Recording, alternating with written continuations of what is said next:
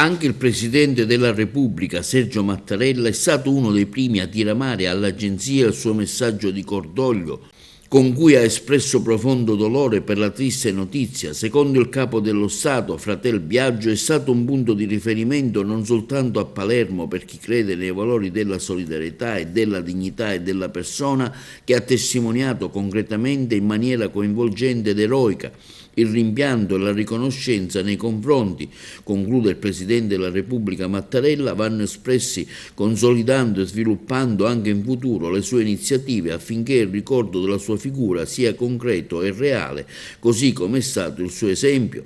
Proseguire l'opera di questo fratello laico che aveva una parola buona per tutti, ma anche un po' di spesa per chi non aveva nulla da portare in tavola, sembra essere il leitmotiv di tutti gli interventi di cordoglio dei politici. Don Luigi Ciotti, presidente di Libera e del gruppo Abele, ricorda che Biagio non ha predicato il Vangelo, lo ha vissuto. Con i fatti ci ha insegnato che la parola evangelica è scomoda, a volte urticante, perché ci parla di un Dio da accogliere prima che da cercare, un Dio, per Don Luigi Ciotti, che si manifesta nelle persone fragili, povere, ferite nell'anima e anche nel corpo, persone che prima che aiuti cercano fratelli capaci di mettersi nei loro panni. Questa è la responsabilità che ci lascia Biagio di diventare più umani e più accoglienti. Anche la Chiesa Cattolica esprime il cordoglio da parte di tutti i vescovi. Piange così la sua scomparsa, ma è edificata dalla sua vita operosa e concreta donata negli ultimi e dimenticati. Ha vissuto il suo carisma di discepolo della carità, alla sequela di Cristo, centro della sua esistenza e missione. Così Antonio Raspandi, vescovo di Acireale, è presidente della Conferenza Episcopale Siciliana. E c'è stato tempo anche per una sonata in memoria di un uomo buono.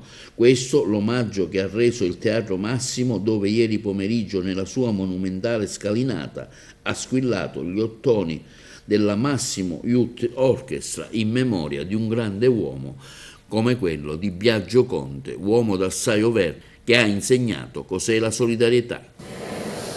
Ma penso che mi ha cambiato la vita.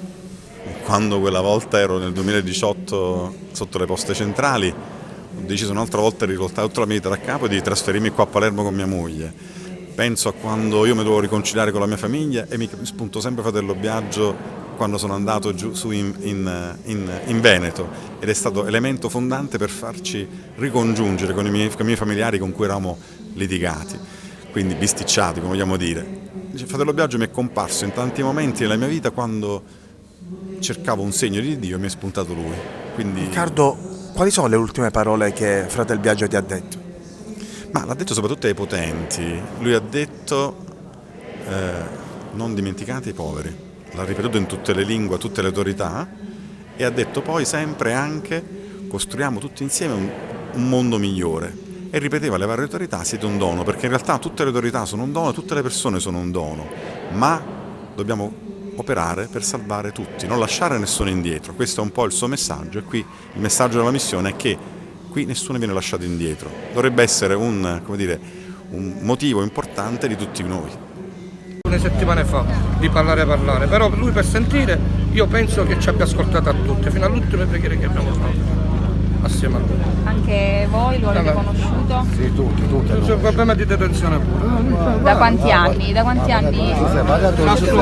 È un ricordo di fratello Biagio. 19 anni che sono qua. Nel 2004 sono stato accolto alla missione tramite anche lui, Tonino, che era lui il responsabile. Allora sì, io non volevo dire.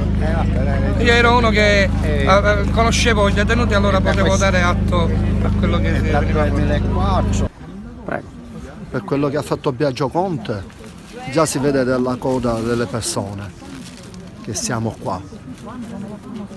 Già un bel po' è ripagato. Poi io da palermitano, per me è un pensiero mio, santo subito. Per i poveri, quello che ha fatto per Palermo, Santo Biagio di Palermo. Ho fatto un disegnino, un pensiero.